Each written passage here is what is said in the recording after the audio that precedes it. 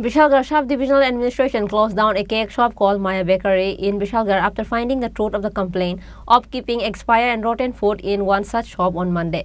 On Monday, a delegation of the Sub-Divisional Administration led by DCM Prosenjit Das of Vishalgarh Sub-Divisional Administrator Office along with Food Inspector Vijay Kumar Das raided Maya Bakery located opposite to Vishalgarh State Bank. During the raid, administrative officials noticed the presence of expired packaged food and other irregularities in the shop.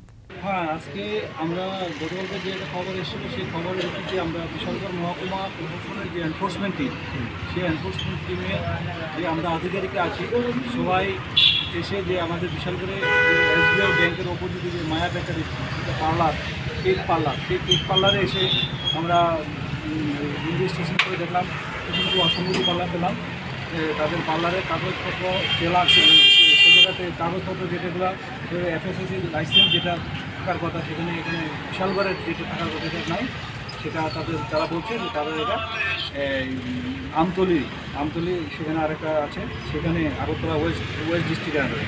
তো আমরা সেই নিরিখে তাদের জিনিসপত্র সবগুলো check করে যে expiry food যে কালার ইউজ করা সেগুলো এক্সপায়ারি করে না সেগুলো আমরা সিজ করেছি।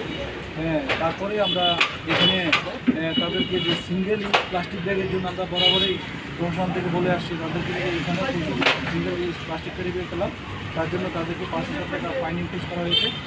তারপরে যেহেতু আমাদের এসএসসির যে কাগজপত্র তারা এখানে শো করতে পারেনি তার জন্য আমরা তাদেরকে বলেছি যতক্ষণ পর্যন্ত কাগজপত্র দেখানো না হবে ততক্ষণ পর্যন্ত দোকান বন্ধ থাকবে, শাটডাউন থাকবে এই মায়া বেকারি। তারপর কাগজপত্র দেবে তারপরে আইন অনুযায়ী তাদের ব্যবস্থা নেওয়া হবে। Reported by Ashish from Vishalgarh, Chini Khorang.